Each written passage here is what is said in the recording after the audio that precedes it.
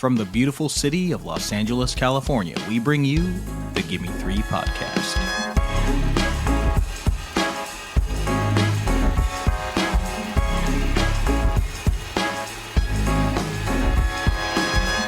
Hello and welcome, cinephiles, cinema lovers, and movie appreciators to the Gimme Three Podcast.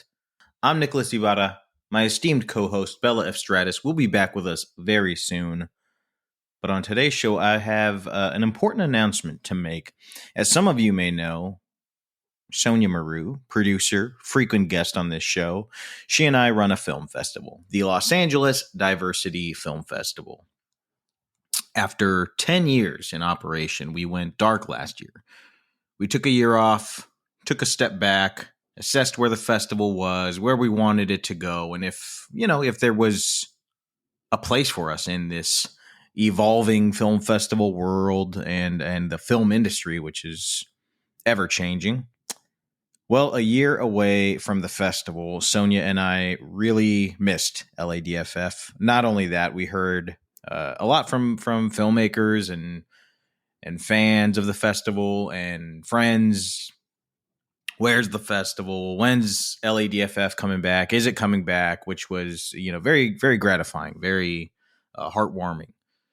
And that combined with the current news cycle and administration has made us feel like now, more than ever, I think is the right time, the best time, and an important time to be running the Los Angeles Diversity Film Festival. So we are thrilled, stoked to announce and request that you save the dates this coming August 22nd through August 24th of 2025. LADFF will return to the big screen. Plenty more details on that coming soon. We will be promoting it on this Gimme Three podcast, so stay tuned for that. We'll be having interviews with filmmakers as we get closer to those festival dates of August 22nd through August 24th.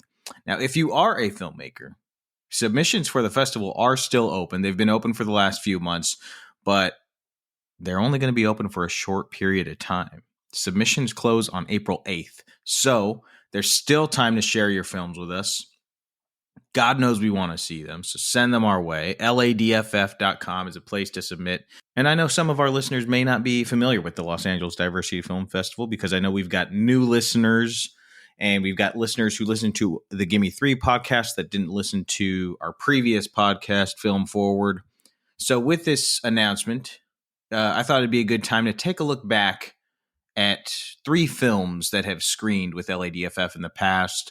Some of our greatest hits, if you will, some of our incredible alumni. And we're going to start with Disfluency, which is a wonderful independent feature film that is written and directed by Anna Baumgarten. We screened the short film version of this in 2019, and several years later, Anna returned with the feature film version of Disfluency.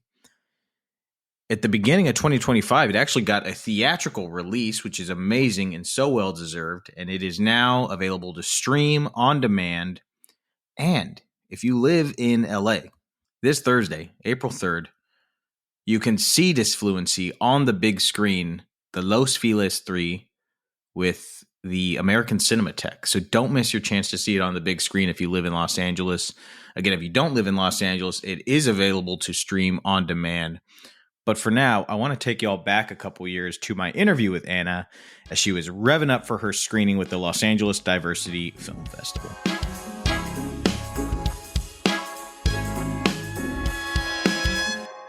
And today, we are lucky enough to be joined by the film's writer and director, Anna Baumgarten. Anna, thank you so much for joining us. It's great to be here. Thank you so much for having me, Nicholas. And you're on the tour right now. You're on the festival tour, which is exciting. What city are you in right now? Yeah, so right now I am between festivals. I was just at Cleveland. I'm heading to Capital City in Lansing, Michigan tonight. Oh, wow. Yeah, just for the evening. And then I'm popping over to Florida next week. Holy geez. And then back to LA back to LA for the screening with you guys. So yeah, that's the tour across America with Disfluency. It's awesome. Yeah, glad to be doing it.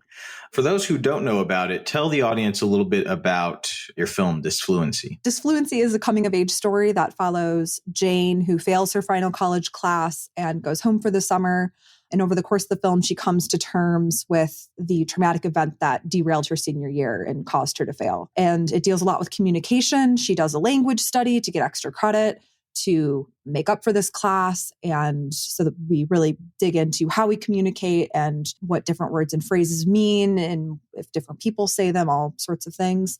So we focus not only on the use of disfluencies and filler words, but we also have ASL in the feature, which is different from the short. Yeah. And if anybody knows about speech disfluencies, it's our producer, Anselm, because he has to edit all of our podcasts, which I use them very frequently. So, but speaking of the short, LADFF, we screened the short film version of this back in 2019, which was directed by the amazing Laura Holliday. Hi, Laura, if you're listening. That script was also written by you. Talk to us about the journey from short film to feature film and how that got expanded. So the short film I wrote in 2017, I think, and I wasn't entirely sure I even wanted to make it.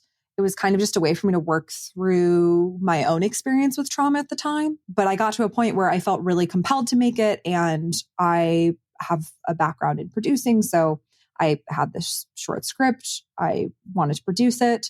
I considered directing it, but I really wasn't ready at the time. So I asked Laura if she would like to come on and direct it, and she did. And thank God, because she did such a beautiful job.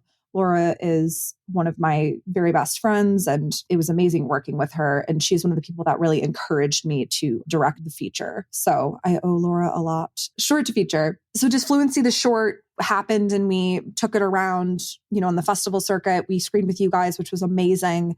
We screened in Cleveland, where we just screened the feature. So everything's been really full circle with it. But we submitted the short to a lab called the Short to Feature Lab, which is run by Jim Cummings and Ben Wiesner of Vanishing Angle.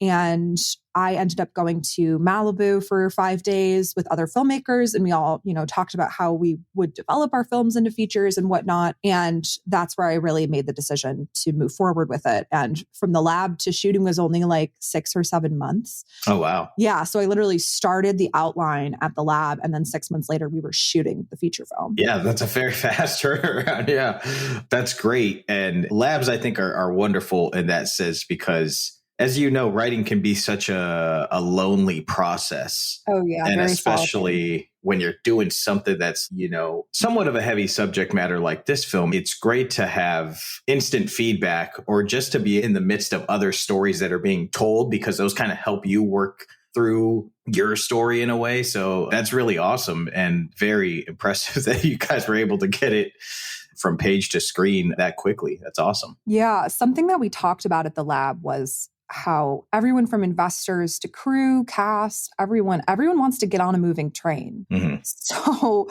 once the train started moving, we kept it going. Thus, I know the timeline was fairly quick, but the momentum itself really helped get us all there and get it done.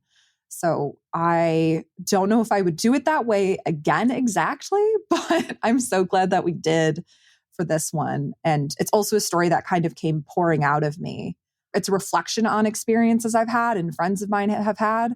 But Jane's story really is her own and her own journey. But it really came to me pretty quickly. So that alone helped us get to the finish line. The film is called Disfluency. And as you mentioned, speech and language in general are such integral parts of the story and integral part of Jane's arc as a character, which I thought was brilliant. Talk to us about the inspiration of injecting language and speech disfluency into the trauma, the conflict of what this character is going through. Talk to us about where that came from, if you could. The inspiration to dive into speech and communication in general came from my own anxiety, actually. So after I kind of went through this trauma and was dealing with PTSD and imposter syndrome, I not only found myself apologizing and using the word sorry in language a lot more, it's one of those words people kind of throw around, even though the denotation of it is very serious. Like sorry is a very serious word, but we shift the connotation when we use it so casually. Mm-hmm. And filler words tend to lose their meaning when you use them more often. So I was having panic attacks. And one of the only words I could get out was sorry. And I was just thinking about that. And then I started thinking about all these other words like and like and totally, and how I didn't really know much about why we use them and where they came from. So I, just started doing research on this and came across the phrase disfluency, which, we don't speak fluently, we speak disfluently. And that's really all it means. The term disfluency is mostly used in referring to stuttering and developmental speech disorders and whatnot. So you'll hear it more commonly in the real world used there, but normal speech disfluency is a real thing. I mean, you and I have been talking and saying and like multiple times, even saying, all of that is disfluent. So that's where the inspiration came from. And then I thought about how this traumatic thing that happened to Jane threw her off track. But as women, we're kind of, expected to go through certain traumas almost as coming of age, almost as a part of our culture. So her experience, or traumatic experience, is almost kind of like a blip, like a disfluency in our culture. Like we're just supposed to kind of get over it. But the denotation of what that actually is, kind of like the word sorry, is very serious. So taking back the connotation and really, and there we go. I'm telling you, sister, I'm the master of it. I mean, we all are. That was like what was, I think, so relatable about the film. Yeah. Mm-hmm. We interviewed Laura Holiday, who directed the short a few years back when we screened the short film. And after watching the short, I remember going on set the next day after I watched it for the first time. And I noticed just how much sorry was used for no good reason. Just like nobody did anything wrong, but they kept saying sorry. So it was something that like once you were aware of it, it was like you were looking at the world through new eyes. I'm interested to hear about like your writing process in writing in the speech disfluency, because, people write dialogue and it's not always necessarily realistic, like Aaron Sorkin, for example, he writes this like really great dialogue, but that's not how people talk. They don't talk like it's musical. But you have the speech disfluency baked into your character's dialogue because it is a part of the story. So I'm curious, was that something that came easy, or did you have to kind of go back into different drafts and like be like, we should add some totallys in here, Yes. It's interesting because it's like exactly what they tell you not to do in screenwriting. Right. Yeah. Which is, you don't put ums and likes and things. And film in general, I mean, scripts, and when you're sticking to the book, there's a lot less disfluencies that I think are normally in films. I did very intentionally inject it and go back and look at what each of the different characters were saying. And also when I was working with the actors on set, there were times when I would say, hey, Jane or whoever is stumbling around here a little bit. It's okay if you put a few more words in here. And I don't like to give like full reins to just, stumble around. But there were moments where I said, let's add an here, or let's add a moment, let's add a totally, whatever it might be. Right. It was definitely on the page, and then it was definitely a part of the actual production process and working with the actors. That's really cool to hear. And I mean, it felt so natural. Like, the first time watching it, obviously Jane is doing the study. So it's a part of the story, but I watched the film twice. And the second time I made a point to like pick up on the disfluencies, because you don't call them out. They're just there as we speak in normal day to day. So the dialogue felt very natural, and it's incredibly well done. So congratulations on that. Oh, well, thank you. That means a lot. And I want to talk about you. Correct me if I'm wrong, but you kind of filmed this movie where you grew up. Is that correct? Yes. I filmed it in my hometown of Commerce Township, Michigan. And the locations in it are my parents' backyard, my grandmother's house, my aunt's house, the ice cream street down the block that I grew up, going to as a kid, a local grocery store. So yeah, it's very, very homegrown, homemade. And it was a delight and very cathartic actually to shoot in this area. Such a blessing and so wonderful to have everyone here, and the perfect time of year in Michigan too. That, end of August, early September, summer. Yeah, I was gonna say it looks beautiful. Envious that you grew up there. It's like really very, very picturesque. But you must have been like the hometown hero, bringing your story back and shooting this film there. What was that like? Yeah, there's definitely not a lot of movies made around here or in my town that I've known of. And, Michigan cut the film incentive, so there hasn't been a ton of narrative filmmaking in the state the past 5+ years. But yeah, neighbors would stop and ask what we were doing. Everyone was very accommodating.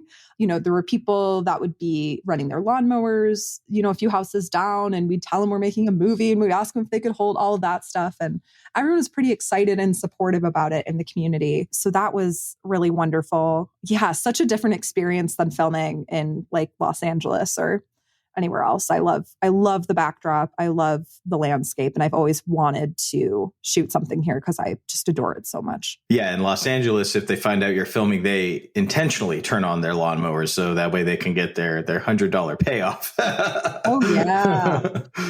Well, that's so awesome. I mean, that's like you talked about full circle. This film is a lot of full circles for you, it seems like. Yeah, big time. And I think the most unexpected thing for me was I had an experience similar to Jane's in college, and it was really hard for my family to understand and talk about. And it's hard. It's a hard thing to go through and to discuss. And making the movie was a way for my family to, help me in a concrete way. And it kind of, we weren't directly talking about me, but it really helped us all come together. And I think it gave us all a lot of catharsis, which was unexpected, but amazing. And even just my friends from college, it's a lot of University of Michigan alumni and Michigan locals coming together because they believe in this story, and the support around it was very healing for me. So that was wonderful. I can't even put it into words. That's so beautiful to hear. I'm really happy to hear that.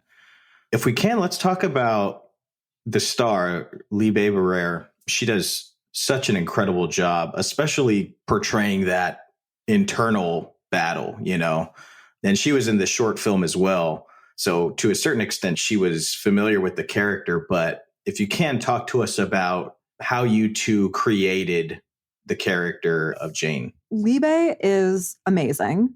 I'll tell you how we kind of met, actually. So me and Laura for the short film were looking for an actress to play Jane. And I was watching Sneaky Pete on Amazon, and I saw her and I was like, I've never seen this actress. She feels so familiar, like someone you would know, like a sister or a friend or a neighbor. And I just reached out to her representation and I said, hey, would Liebe want to do a short film? She met with us and she, kind of took a chance on us. We didn't know each other. So she came on board, and Laura and her worked together, and she did such a beautiful job. And when it came to the feature, Liebe came on to do the feature, and it was such a joy to work with her. I mean, she's an actor who really puts in the work and made my job very easy. And so I wrote Jane for her, and I also wrote the sister character, Lacey, for Liebe's real life sister, Ariella Barrère, and wrote them as sisters, which again made my job very easy because they're both talented actresses and they have this chemistry as sisters baked in. So that was really wonderful. Liebe and I had a lot of conversations about Jane and who she was and where she came from and how this experience manifested for her. And we didn't do a ton of, actually running through lines, rehearsing. We just really did a lot of character work, and she brought so much to the table. And when we got on set, we were so in sync. We just got the camera up and started shooting and, giving adjustments and things. I don't like to rehearse or over rehearse with actors. I like to just do the work with them, and then they bring that character to the table. And I also think that gives a very fresh performance when you have all of the talent together and kind of doing it live for the first time in front of the camera. But yeah, working with Liebe was incredible. I can't wait to find another project to work with her again. And yeah. Yeah, her performance in the climax of the film is just outstanding in the police station bathroom. Yeah. You make a really strong and wonderful choice in that scene as well, to just leave the camera on her face for the entirety of that scene. If you can't, talk to us about that choice, because it works so well and the film is loosely based off of personal experience, how difficult that scene was for both of you and for the crew. Yeah, we shot the police station scene and the police station bathroom all in one day, which was a lot of emotional labor from everyone on set. I actually, as a writer, I wrote that bathroom monologue in one sitting, and I don't think I changed a word in any of that. That's great. Any of the drafts. Yeah. And I like wrote it and I was crying and I was like, I passed around a few people. I was like, does this work? And they were like, oh my gosh, yes. The reason why I think the one take works so well is because we give people little pieces of the story through flashbacks throughout the film. I feel like there are so many like mysteries and con documentaries out there right now, and we're all waiting to hear like the truth and the story and whatnot. So giving everyone these little pieces, and then we finally get to the meaty part where you get to hear everything that happens, and then making people sit and listen, even though it is a little long and there are some kind of more, mundane details, and having people have to listen to her as a survivor. That was very important to me, is giving Jane the time and space to say everything she wants to say and not cut away from her. So that's how that came about. And when Libe and I were working on that scene together, it was so important that this wasn't just like sad thing happens to sad girl and sad movie and she cries. The many multifaceted feelings and aspects of that performance come from imposter syndrome and confusion and anger. And, there's all these different highs and lows, and it's not just one note. And she played that scene like a symphony, man. Yeah, absolutely. Yeah. Oh. Yeah. Like you said, the one shot, puts this audience in a place where it's like, we need to listen to her. And I think what's so great about her performance is it feels like almost kind of for the first time, Jane's listening to herself, like she's getting the story out and she's working her way through it, maybe for the first time herself. Is so beautiful and so powerful. And I like hearing that you wrote it in one sitting, it makes all the sense in the world, because, like it comes from the heart. So you wrote it in one take and you're shooting it in one shot. I think that's so incredible. I really love this film. We're very excited to be screening it, Anna. We're so stoked. I'm so stoked to be screening it with you guys. I mean, when we screen the short with you, you guys just put on a quality show and care and love and time and attention into filmmakers. So I super value that. And it's really an honor to be screening with y'all.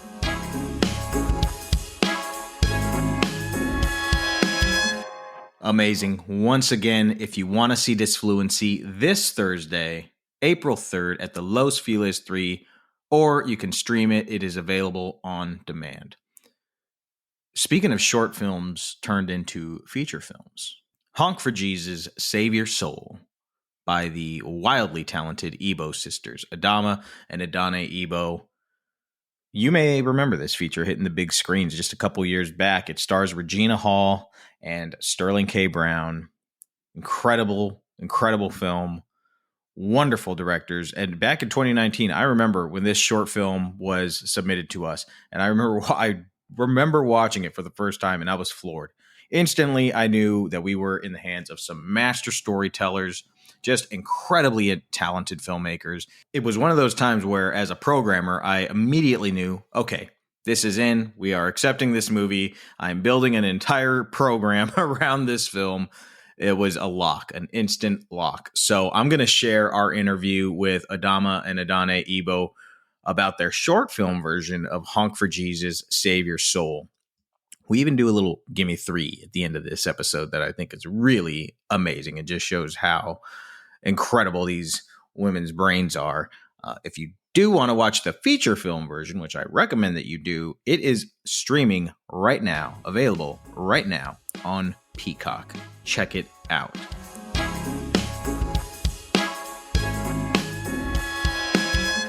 Adamma Ebo, writer-director, and Adanne Ebo, producer. Ladies, thank you so much for joining us today. Thanks for having us. Thanks for sharing your amazing film with our festival.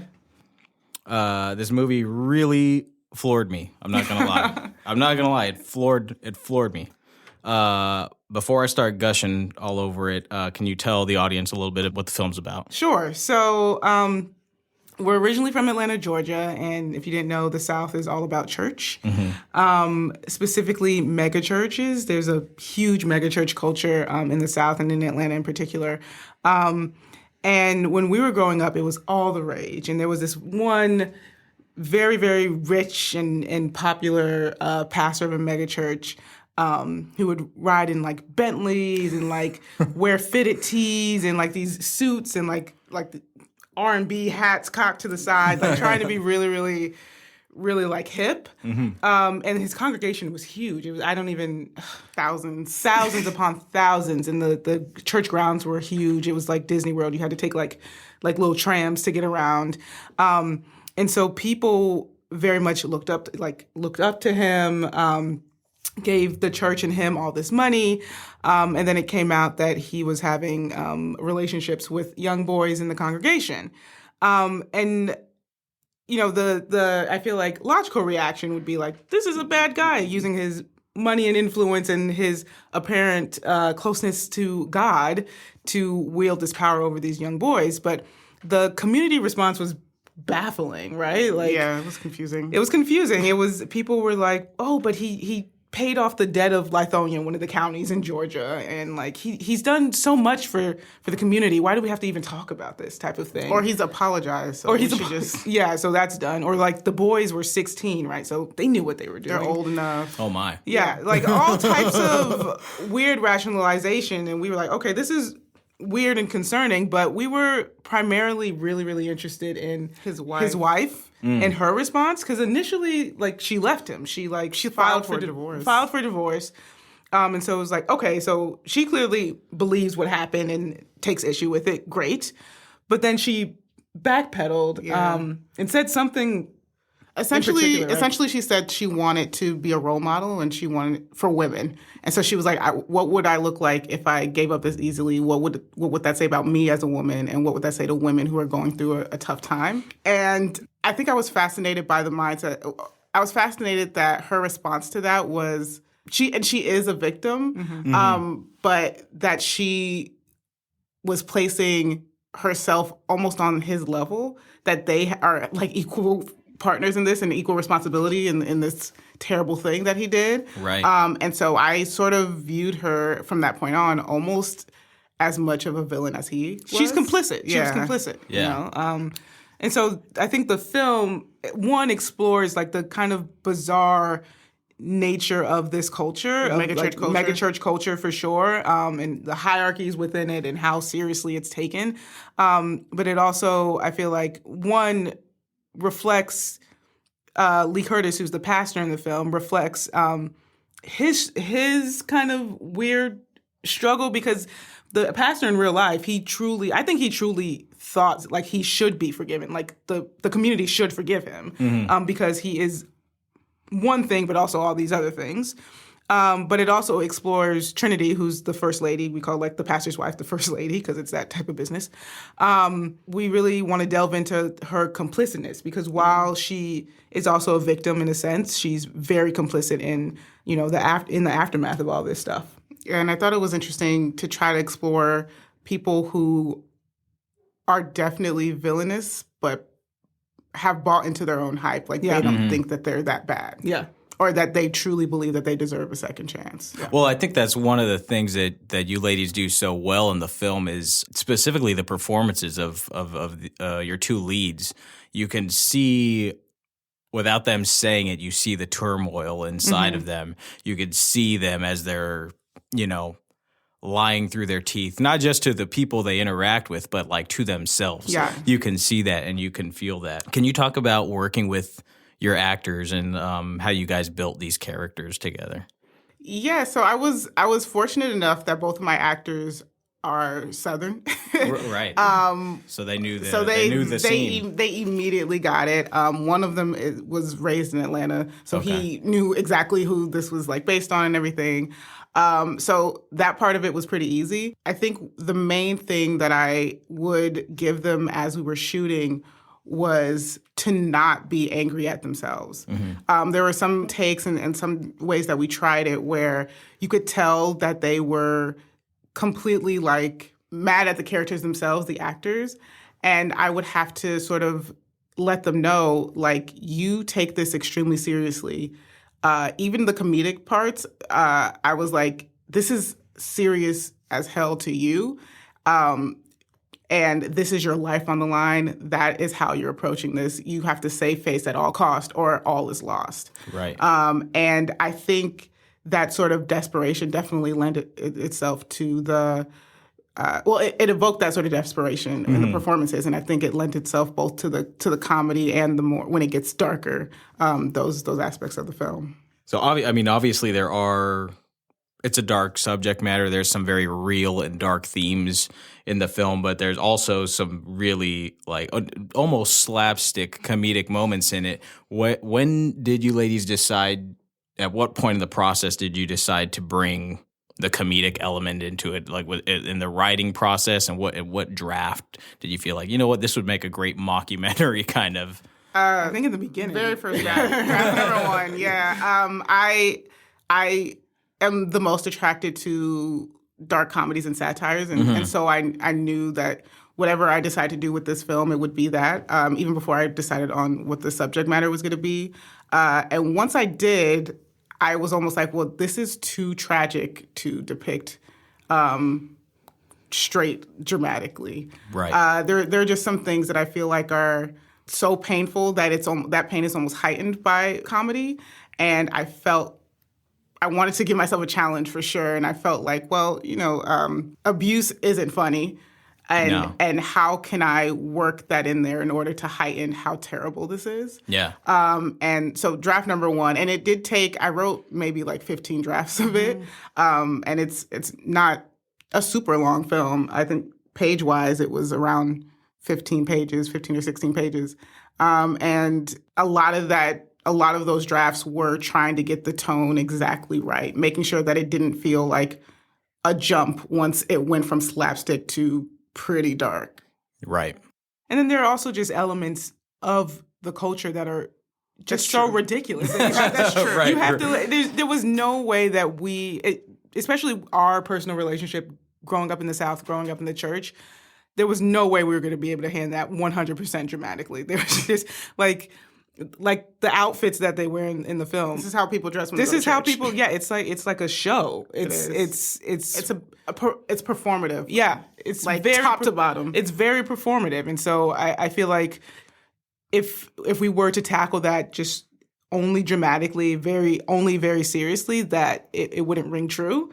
It would ring false. I feel like, and not like it wouldn't capture the essence of how the culture really is. I feel like it would take itself a little too seriously. Yeah. And I don't feel like the culture even... The hilarity is that these people do take themselves seriously, but from the outside looking in, I've brought friends to church before, and they're like, what is this mania? It can be ridiculous to somebody who's... Yeah, exactly. I would say it's ridiculous to me most of the time. Right. So I think one of the things in particular, because this was my thesis film at UCLA, and we had like writing workshops and whatnot, and one of the aspects that most people found the most uncanny, most ridiculous, and thought that I made up was the praise miming. Right. Yeah. And I had to tell them, I was like, no, this is real thing. Are you serious? It's 100% You real. can Google it and videos will come up, but it's like From years back. Yeah, so like part of the like worship process on a Sunday is that we have like a praise and worship section before the sermon. So there's music, there's dancing, and it's like a tailgate party before you get in. Essentially, yeah, it's a warm-up. It's like a holy tailgate. And like there's different types of performances, and one of them is praise miming. So like dancers they'll put on like the mime makeup, blast like gospel music, and do this really weird contorted like praise dance in the mime makeup. And with mime movements. And with mime That's movements. That's the worst part. Yeah, and we don't have anything like, we're fine with mimes. Right. But praise mimes in particular, really they frighten us. We don't like them. Like in church, we make sure that we're never in the aisle because we don't want to be too close to the praise mimes. So we were like, oh, we got to put that in there because it's so ridiculous on its face. People literally thought we made it up. It's so indicative of the culture, and then it's like a way for us to kind of lend our own like psychoses with. It's like another step in our relationship with church and religion, like another added layer. And it was definitely one of those things where I was like, if I were to approach this dramatically at all, it would only be funny. Yeah. People would take people out. They'd be like, this is ridiculous. Yeah. Like, it does not belong in the world. Yeah. We're talking about praise mimes here on Film Forward. We're going to take a break, and we'll be right back with Adamma and Adanne Ebo.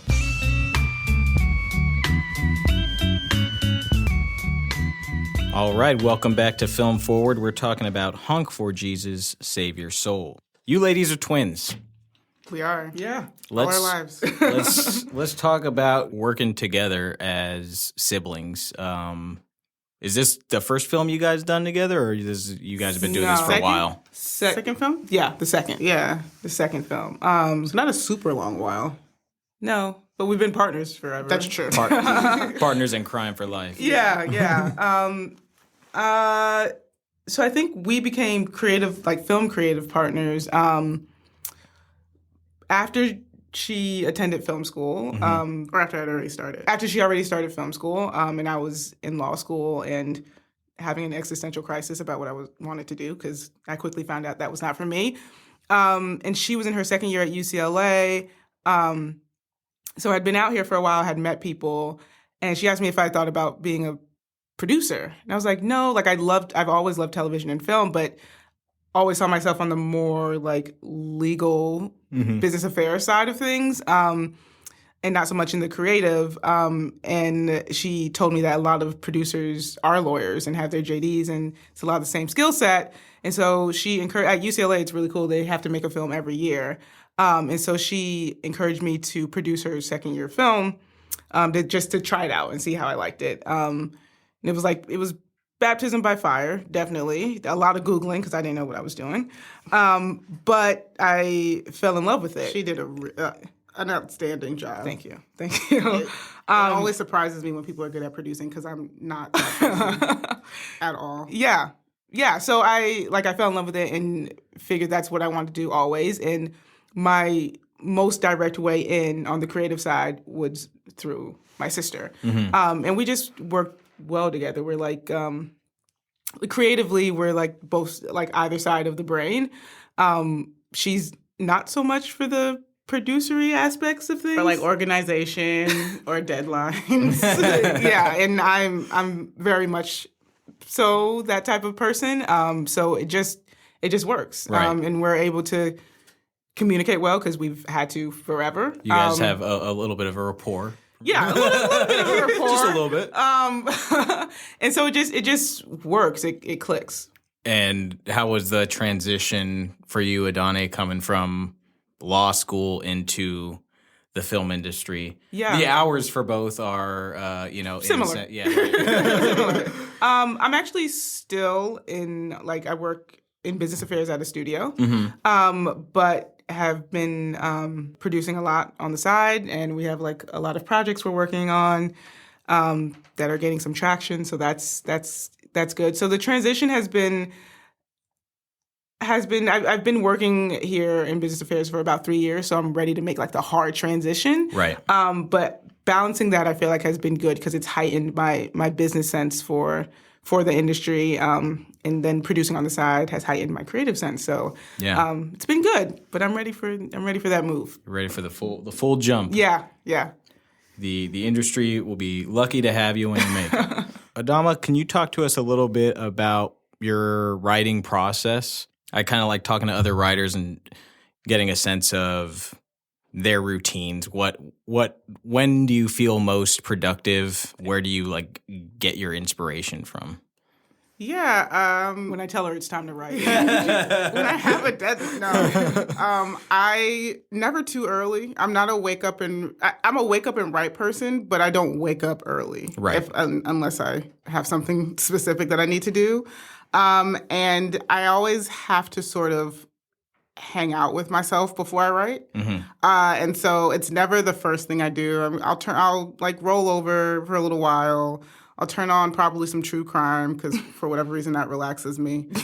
And it sounds insane, but maybe artists in general are a little bit crazy, but I let the characters sort of talk to me and talk to each other a lot in my brain. And that'll start to form scenes. And whenever it gets too loud, then I sit down to write out whatever it is that's happening in my head. It's not a super organized or orthodox way of writing. I don't outline. Right. We've started. We've started outlining. We have, but I guess it's gotten to the point where we have so much that it's helpful. Yeah. But usually I don't really outline. I don't do like character beat sheets or anything. I sort of just like write what I've got at the time, and It's more freeform. it's a lot more freeform. And I let myself find them and let them find each other and things like that, all in this sort of like super loose, wavy way. But I do write. I believe that I write well, and I write quickly. And so I never, unless I'm like down to a deadline, feel like this pressure. I get what I get, and it's usually pretty good no matter how much I procrastinate. Right. Yeah. I feel whenever it's coming from the heart is like when I'm writing fast, and it's like my best stuff. When I have to like really cram and think about it, or if it's a project that somebody's giving me, that's when it gets a little bit more difficult. It's a little dicey. Yeah.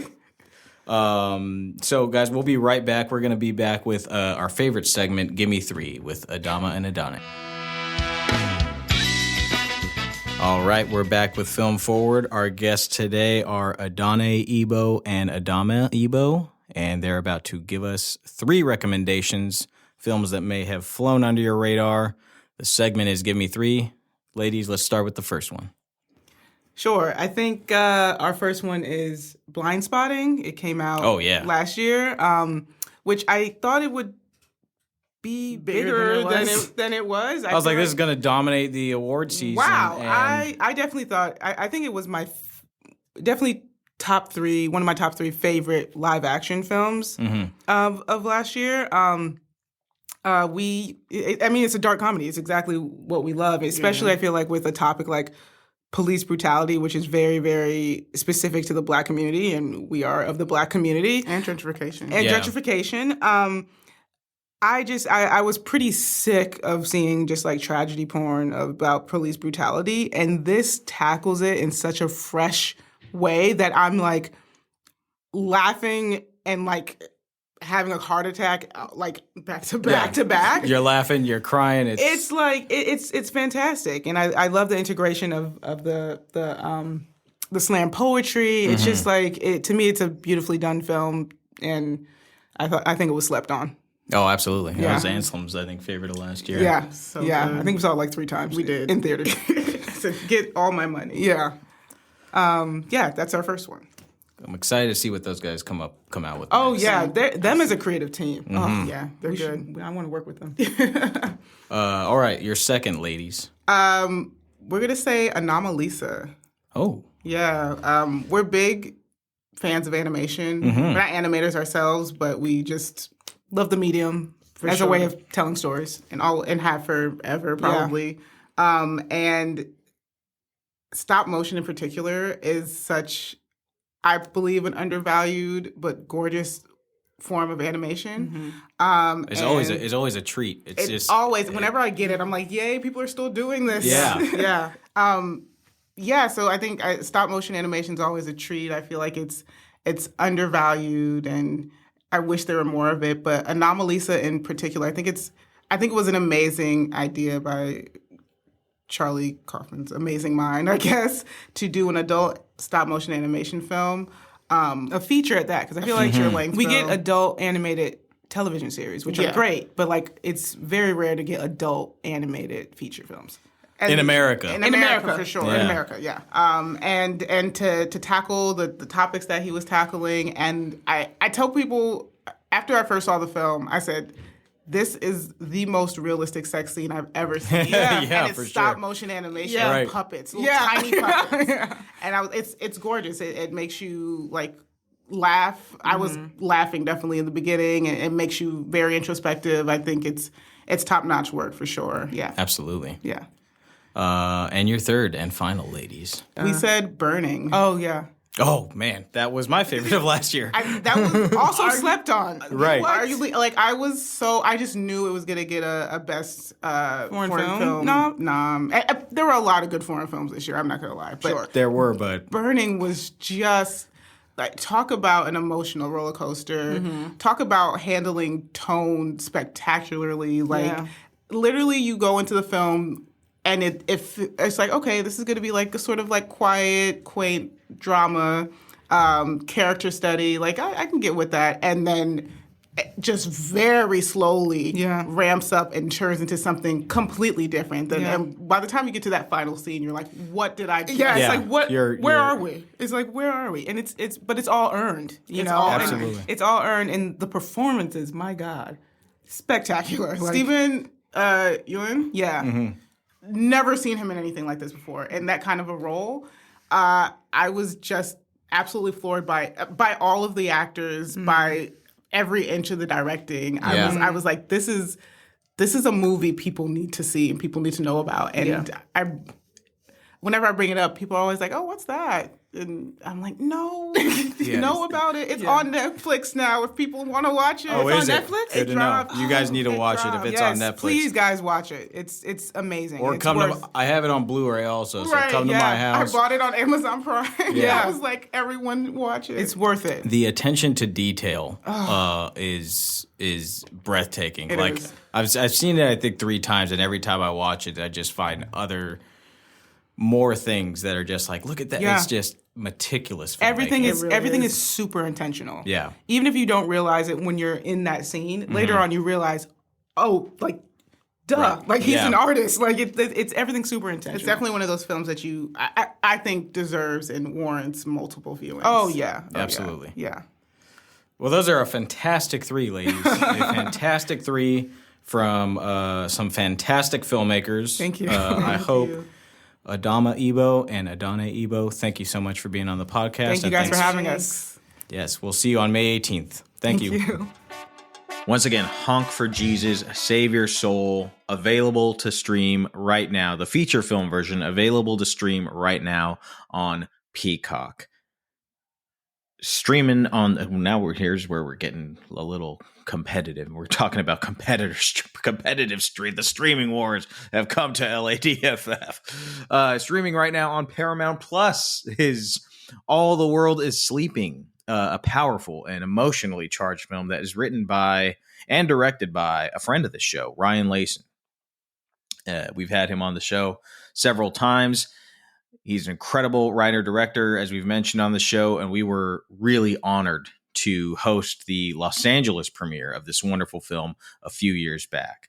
So to round out our episode, greatest hits of LADFF Volume 1, we're going to do a little something different. We're going to hear from the brilliant composer of this film, Emily Greene. Check out this interview.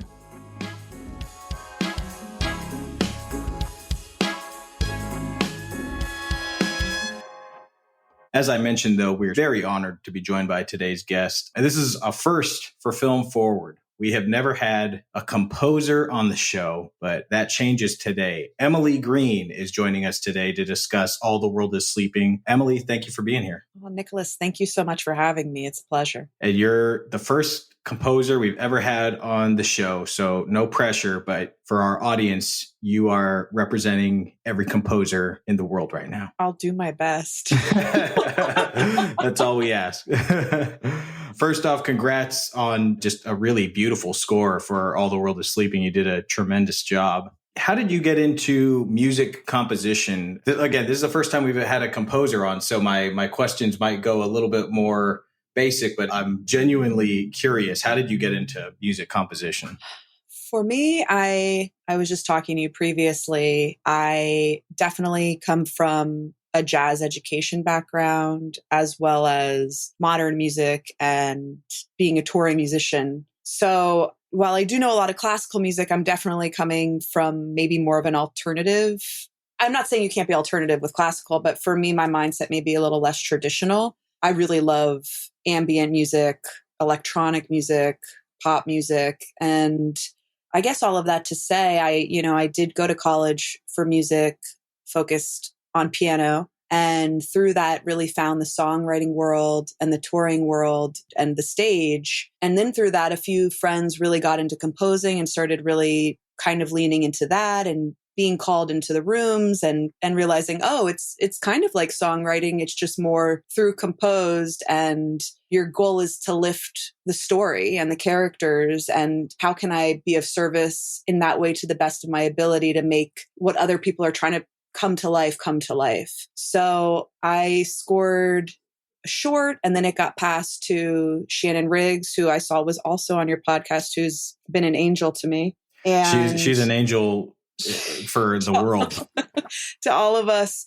And she said, you should meet my friend Ryan. And Ryan and I met, and he had a film, and it was beautiful. And we had a long talk about it. And it was a good match for both of us, with piano and voice being my main instruments, and with the content of what he was trying to get across, 7 women, different voices, motherhood, and enduring mental illness and addiction. We really felt that vocals and a lot of sound design around vocals would echo the kind of controlled chaos that he was trying to provoke. Mm-hmm. Yeah, that's so cool to hear. And yeah, there's, as I mentioned, the score is just so beautiful. If you can, let's go into a little bit more detail about like the initial creative process for the film, because this, correct me if I'm wrong, but this was your first feature that you composed. You worked on other films as a vocalist, but this was the first feature film that you composed, correct? Yeah. So this was kind of an interesting experience for me. I've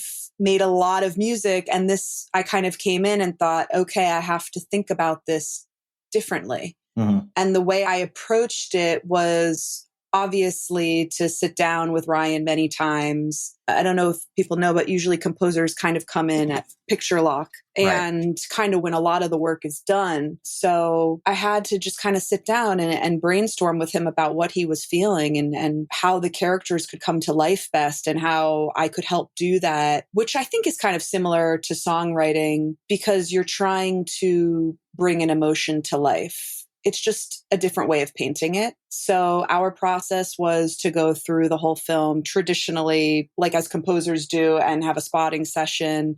There was temp music, and then we would go reel by reel and kind of edit the first reel. I would send him the first reel. He would send it back to me. I would redo it. And it was this collaborative effort of what could bring it to life the most. It was really amazing for me. I think I was surprised at how much ease there was for me in the composing process and going from songwriting to compositions where I'm using my voice instead of with lyrics. It actually was really enjoyable. And I just had a great time doing it.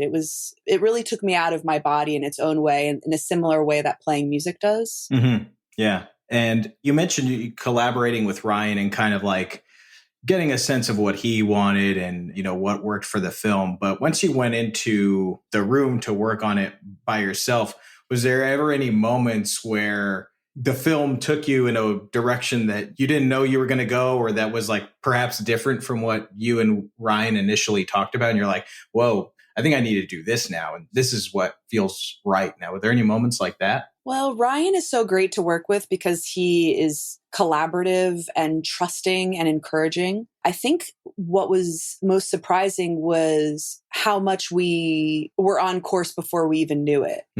I kind of had the opposite experience where I just leaned into everything that was kind of already in my talent toolbox. And it just so happened that it was exactly what he wanted. Like so much of the vocals are conversations that all those 7 women would be having at once, but through the lead character. And I felt that we didn't kind of take a left turn. We just kind of went hard right, even more. Yeah, you decided to lean into it even more. And those vocals are so beautiful. Like you said, you've done vocals for other films before, but what was it like doing vocals on something that was like your composition? Did it feel different at all? Or yes. I mean, now it has informed. I still sing for a lot of friends and I really love it. And it's something that comes very easily to me. But sampling the voice and changing it into textures of synth pads and layers to kind of create sonic beds and an atmosphere that the score can sit upon was so beautiful for me, but it was different experience because I was also engineering, editing, and comping all of it on my own. Right. I'm laughing because I'm like envisioning myself like pressing record and then like, and then doing it again. But also all the sound design around it. I mean, it was very educational for me as well. And it's only helped me become a better vocal arranger, vocalist, someone who's working with the body and breath work and emotions to kind of echo what people are feeling. And it was a different experience with my own compositions because so much of it starts with just my voice. Or even when I play other instruments, I sing along, or my mom has pointed out when I text, I'm singing while I text. So voice and piano for me are like breathing. Yeah. That's interesting to kind of have that be, like you say, it's breathing, or you sing when you text. And that's kind of like your artistic expression for this film, which I think goes really wonderfully in like a subconscious way of this film being about strong women, a strong mother who's trying to get back on her feet, and based off of stories of real women who are incredibly strong and powerful.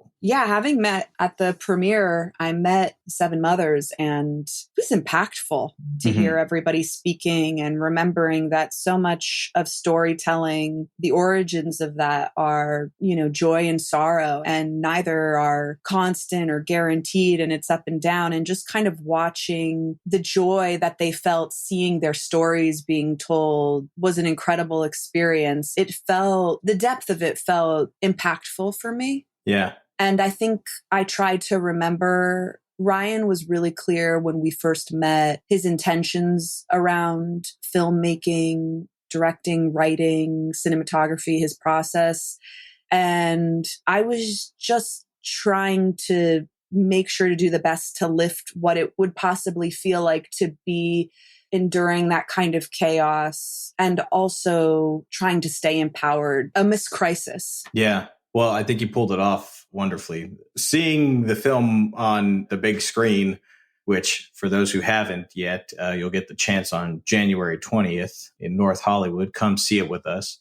But for you, what was it like to see your finished work on the big screen with an audience? What was that like for you? You mentioned seeing how it affected the 7 mothers and, their reaction to it for the first time. But what was it like for you? It was surreal for many reasons. I mean, on top of us all going through COVID together as a planet, it was the first time I was around a lot of people at once. Right. But also having been a touring musician for a long time, we've all been isolated. So to go from my home studio and be transitioning from making a living on the road to making a living in a closed space where I'm not interacting with as many people, especially with composition now, I was so recharged by being around everybody. And then to see it start and hear the music, I think I was shocked. Mm-hmm. It was very surreal for me. I've heard songs of mine and I've heard my voice on scores, but to hear compositions layered throughout the whole basis of just an amazing performance on all different levels with a really beautiful team, I felt very honored to be a part of the community. And it was very surreal. It was very surreal. I was like, whoa, I was watching it thinking, I can't believe this is real. I never thought I would do this. I can't believe this happened. This is so amazing. And then there's an original song of mine in there as well. And then when that came on, it was surreal. That's awesome. I mean, it's so cool to hear. And I was sitting behind you actually during that premiere, and I could feel how excited you were. I could feel your energy coming off of you, which was intoxicating. And it was a special night overall, but it was great to feel your positive energy and see how proud you were. It was awesome. Oh, thank you. Now, pardon me if this question is dumb, because I don't know much about music composition, and I've gone on tour before with a band, but I was a roadie, so I don't know, Really? I'm not a musician. Let's just say that. So is there anything from your time touring and your time with all your other, history with working in music that you were able to carry with you and that helped you build this score? The first thing that's coming to mind right now is teamwork. Yeah. Anything that touches the heart of others is often built through teamwork and an amazing team. That's what I took from it. Like it really takes a great team. I mean, I'm probably butchering this quote, but many hands make light work. Right. So when everybody's roles are in place, things glide. Absolutely. That's beautiful. It's so great to hear. And again, I'm so happy for you. Hopefully you'll come back on the show when you've got your next score to share with the world.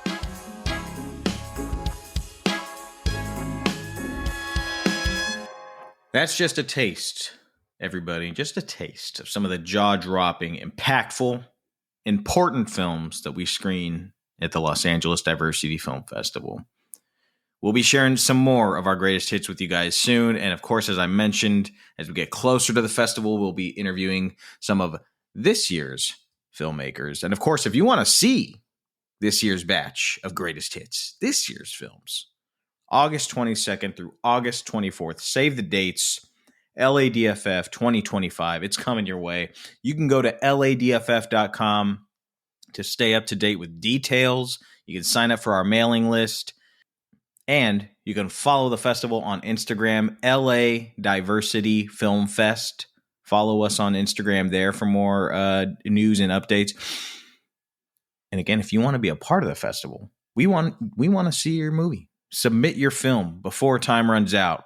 Again, submissions close April 8th. LADFF.com. Link you right to our Film Freeway site. LADFF.com. Go there to submit your film. If you like our podcast, the Gimme Three Podcast, there's a few ways to support us. First and foremost, you sign up for our Patreon. For a mere $5 a month, you get bonus episodes once a month. Also, it just keeps the mics on, helps us keep on going, keep on chugging along. You could also follow the podcast on Instagram at Gimme Three Podcast. That's GIMME, spell out 3 podcast. Over there, you can slide into our DMs. You can message us. Let us know what you think of the show. Let us know if you have suggestions for themes. And, of course, you can send us a text message by scrolling down to the episode description and clicking on the link that says send us a text message. Message us. We'll read it right here on the air. My friends, I want to thank you all for taking a look back at the wonderful history of the Los Angeles Diversity Film Festival. Again, we'll be doing this again. We appreciate y'all. Stay up to date with the festival. More news coming soon. But for now, thank you all for listening to the Gimme Three Podcast, and we will see you at the movies.